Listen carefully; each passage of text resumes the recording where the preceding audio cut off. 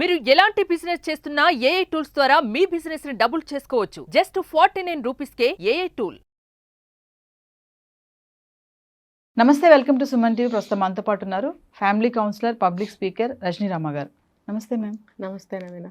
Ma'am, marriage life, single life అంటే అసలు differentiation ఏంటి? మనం ఒక వీడియో చేసాం, పెళ్లి కాని ప్రసాదులు అని చెప్పేసి ఒక వీడియో కూడా చేస్తున్నాము. చాలా మంది ఏంటంటే అసలు పెళ్లి చేసుకోకుండా లైఫ్ లాంగ్ ఉండలేమా అని కొంతమంది అడుగుతున్నారు. హ్యాపీగా ఉండలేమా, పెళ్లి చేసుకుంటేనే హ్యాపీగా ఉంటామా? మ్యారేజ్ లైఫ్కి, బ్యాచిలర్స్ లైఫ్, సింగిల్ లైఫ్కి ఒకసారి డిఫరెన్షియేషన్ చెప్పండి అంటే ఏం చెప్తారు మేడం? అంటే మ్యారీడ్ లైఫ్ అంటే అన్ని బాధ్యతలు కదండి. బాధ్యతలు, బరువులు, రోగాలు, రొస్టులు, కన్నీళ్ళు, కష్టాలు చాలా ఉన్నాయి, నష్టాలు, నిందలు, అవమానాలు, మానసికమైనటువంటి బాధలు ఇవన్నీ ఉంటాయి. కాబట్టి ఉంటాయి, కాదని నేను అనట్లేదు, ఉంటాయి. అందుకని చాలామంది సింగిల్గా ఉండటానికి ఇష్టపడతారు. సింగిల్ లైఫ్ ఆ పరంగా చూసుకుంటే చాలా బాగుంటుంది. మన అనేవాళ్ళు లేడబ్బా.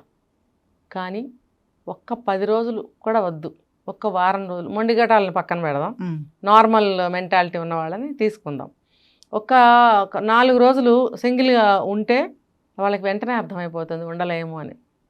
ఎందుకు అని అంటే ఇంటికి రాగానే ఎవరో ఒకళ్ళు ఇంట్లో అమ్మో, నాన్నో, భార్యో, భర్తో, పిల్లలో ఎవరో ఒకళ్ళు ఇంటికి రాగానే ఒక మైండ్కి చేంజ్ వస్తుంది కదా.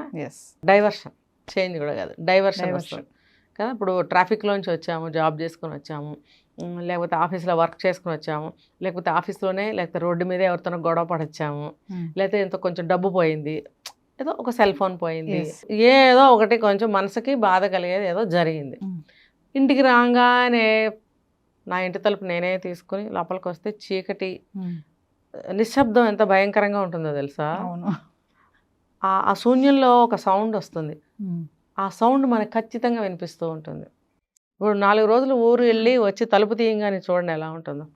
ఆ శూన్యంలో నుంచి వచ్చే ఒక శబ్దము మనకి కొంచెం అయిష్టాన్ని, కొంచెం భయాన్ని కలిగిస్తుంది. అలా వీళ్ళు రోజు వీళ్ళ తలుపు వీళ్ళే తీసుకుని లోపలికి రాగానే అదే వీళ్ళకి వెల్కమ్ చెప్తుంది, నిశ్శబ్దమే వీళ్ళకి స్వాగతం పలుకుతుంది. ఒక చంటిపాప ఏడుపో, నవ్వో, మాటో, పెద్దవాళ్ళ మాటలో, వంటగిన్నెల సామాన్ల సౌండో, ఏదో ఒక టీవీలో సౌండో, అట్లీస్ట్ తలుపులు తీస్తే ఈ శూన్యంలో ఉన్న సౌండ్ బయటకు వెళ్ళిపోతుంది. అట్లీస్ట్ అటువంటిది కూడా ఉండదు. కాబట్టి అటువంటి వాతావరణం ఉండదు, ఇలానే ఉంటుంది. అలా అది ఒక పలకరింపుగా ఉంటుంది. తలుపులు తీసుంటే అదొక మనకి పలకరింపుగా ఉంటుంది.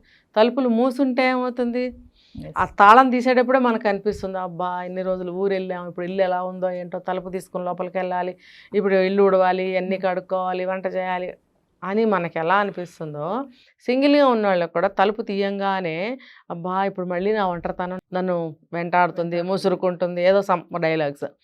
కాబట్టి అలా ఖచ్చితంగా అనిపిస్తుందో అనిపించదా, అది భరించే వాళ్ళకి తెలుస్తుంది. కొంతమంది ఉంటారు ఇవన్నీ లెక్క చేయరు, బాగుంటుంది వాళ్ళకి ఒంటరి లైఫ్, అది కూడా కొంతకాలమే బాగుంటుంది. ఎప్పుడైనా జ్వరం వస్తుంది, లేకపోతే లేడీస్ని తీసుకుంటే ఈ మంత్లీ డేట్ వచ్చినప్పుడు ఒక 2-3 రోజులు చాలా ఇబ్బందిగా ఉంటుంది, 4 రోజులు. అప్పుడు కూడా వాళ్ళకి ఒంటరితనంలో ఉన్న బాధ ఏంటో తెలుస్తుంది. ఎందుకంటే ఇంటి దగ్గర అయితే అమ్మ ఒకళ్ళు లేమ్మా, లే, స్నానం చేయి, కొంచెం తిను, లేకపోతే నేనే తీసుకొచ్చి తినిపించడం అని జరుగుతుంది. ఒంటరిగా ఉన్నప్పుడు జరుగుతుందా? కొంతమంది తల్లిదండ్రుల నుంచి పెళ్లి కాకపోయినా తల్లిదండ్రుల నుంచి విడిపోయి అమ్మాయిలు, అబ్బాయిలు కూడా విడిగా ఉంటున్నారు.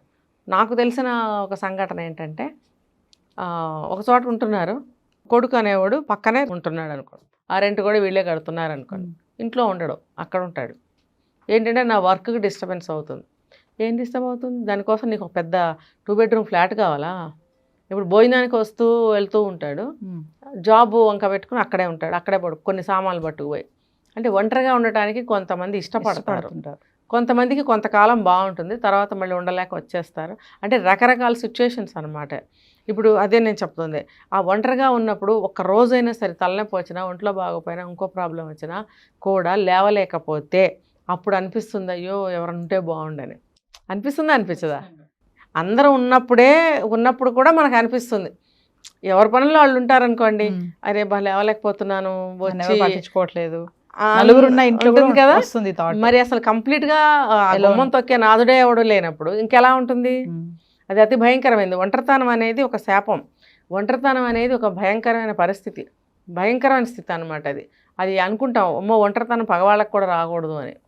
కానీ కొంతమంది ఇష్టపడి ఉంటుంటారు. చాలా మంది ఉంటారు కదా మేడం, పెళ్లి కూడా చేసుకోకుండా అవును. అలానే అది ఉండిపోతారు. అది ఏమవుతుందంటే కొంతకాలం అయ్యేటప్పటికి ఇంకా అలవాటు పడిపోతారు.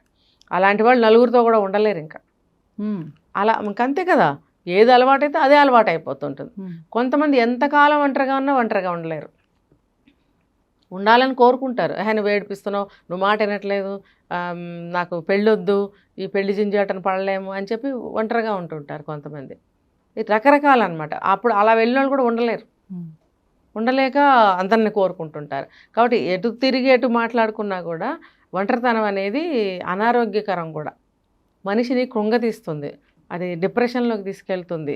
ఇప్పుడు ఒక మాట పంచుకోవడానికి లేదు, నోరిప్పి మాట్లాడటానికి నోరిప్పాల్సిన అవసరం లేదు. ఎవరితో మాట్లాడాలి? మరి ఎంతసేపు టీవీ చూసుకోవాలి, టీవీ చూసుకున్నా సరే కళ్ళతోనే చూడాలి. ఒక పాట విన్నా చెవులతో వినాలి. ఒకసారి పాటలు వచ్చిన వాళ్ళు 2 పాటలు పాడుకుంటారు, అది సరిపోదు కదా. అది నీతో నువ్వే పాడుకుంటున్నావు, నీలో నువ్వే పాడుకుంటున్నావు, ఇంకొకరితో మాటలు కాదు కదా. ఇది మాట్లాడటం కిందకి రాదు. మరి ఇదంతా ఒంటరితనమే. ఇది ఎందుకు వచ్చిందిరా అని చెప్పి కొంతకాలానికి బాధపడే పరిస్థితులు కూడా వస్తాయి. కాబట్టి ఒంటరితనం అనేది మంచిదా కాదా అని కాదు, అది అవసరమా కాదా. ఒంటరితనం ఉండాల్సిన అవసరం ఏముంది? ఎవ్వరు లేరండి నాకు ఒంటరిదాన్ని అన్నప్పుడు తప్పదు. ఇంకా ఎవరు కావాలంటే ఎవరు వస్తారు, అది ఇంకా తప్పనిసరి పరిస్థితి. కానీ అందరూ ఉండి కూడా నాకు ఒక్కొక్కళ్ళు అంటారు సింగిల్గా ఉండటం నాకు ఇష్టం.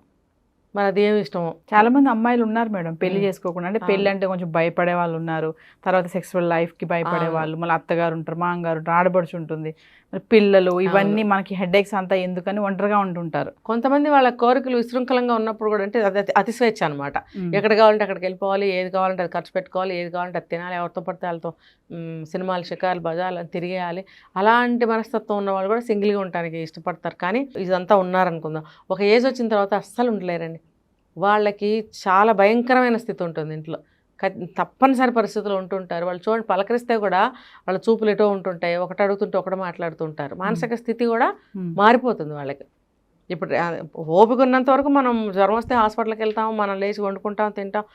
కానీ అది కొంచెం దాటిన తర్వాత ఎవరు మనకు వచ్చి చేస్తారు? ఎవరో వచ్చి చేయరు.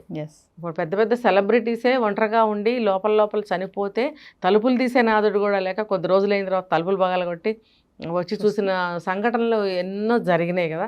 ఒంటరితనం అది అనుకోని పరిస్థితిలో దానికే ఏదే ఒంటరితనం వచ్చి పడితే ఎవరు ఏం చేయలేం. కానీ పనిగట్టుకుని ఒంటరితనంలో ఉంటే మాత్రం అది శాపమేనండి. అది వాళ్ళకి జీవితపు విలువలు తెలియక కొంత, అతిస్వేచ్ఛ కోరుకోవటం వల్ల కొంత, ఏది కోరుకున్నా ఏది ఎలా వచ్చినా ఆ రిజల్ట్ అనేది మంచి రిజల్ట్ అయితే ఇవ్వదు. నలుగురితో నారాయణ అన్నారు, నలుగురితో కలిసి ఉంటే కష్టం సుఖం 2 అరుచుకున్నా 2 తిట్టుకున్నా మన బాడీలు, మన దైనందిన కార్యక్రమాలు, జీవితం అన్నీ బాగుంటాయి. పెళ్లి చేసుకోకపోతే బ్రతకలేమా అంటే ఏం చెప్తారు మేడం ఫైనల్గా? పెళ్లి చేసుకోకపోతే బ్రతకచ్చు, పెళ్లి చేసుకోకపోతే ఏమైంది, హాయిగా కూడా ఉంటుంది, భూమికి భారం తగ్గుతుంది, నెక్స్ట్ జనరేషన్కి మనం కనక్కర్లేదు, పిల్లల్ని వాళ్ళని తీసుకురావక్కర్లేదు భూమి మీదకి. పెళ్లి చేసుకోకుండానే ఇప్పుడు చాలామంది ఉంటున్నారు కదా, అది చేసుకోకపోబట్టే కదా ఇన్ని పరిస్థితులు మారిపోయినాయి బయట. మనం ఇప్పుడు ఇన్ని వీడియోలు చేసాము, వీటన్నిటికీ కారణం ఏంటి? నాకు పెళ్ళొద్దు, పెళ్ళి ఇష్టం లేదు, మేము విడాకులు ఇచ్చేసాము, ఇలాంటి కేసులన్నీ తీసుకుంటే ఇప్పుడు మరి ఈ పరిణామాలన్నీ వాటి నుంచి వచ్చినవే కదా. ఇప్పుడు చెడు ఎలా జరుగుతుంది సమాజంలో? ఇలాంటి నిర్ణయాలు తీసుకోవటం వల్ల, ఇలాంటి పోకడలు పోవటం వల్ల చెడు జరుగుతుంది. నువ్వు పెళ్లి చేసుకోకుండా జెన్యూన్గా అలాగే వర్జిన్గా పవిత్రంగా పూజలు చేసుకుంటూ ఉద్యోగం చేసుకుంటుంటావు, నువ్వేమన్నా ఏముండవు. అలాంటప్పుడు నువ్వు ఒక మంచి చేయగలిగితే పెళ్లి చేసుకోకుండా ఉండి సమాజ సేవ చేస్తున్నాను, లేకపోతే దేశాన్ని ఉద్ధరిస్తున్నాను ఇలా అనుకుంటే అది వేరే. సాక్రిఫైస్ చేశారు, వాళ్ళ దేశం కోసం, కుటుంబం కోసం సాక్రిఫైస్ చేశారు వాళ్ళు అని చెప్పుకోవడానికి బాగుంటుంది. కానీ ఈ పక్కదారులన్నీ తొక్కుతూ నేను ఇది పెళ్లి చేసుకోకపోవడమే నాకు బాగుందంటే అది ఎంతవరకు కరెక్టో వాళ్ళకే తెలియాలి. Thank you ma'am.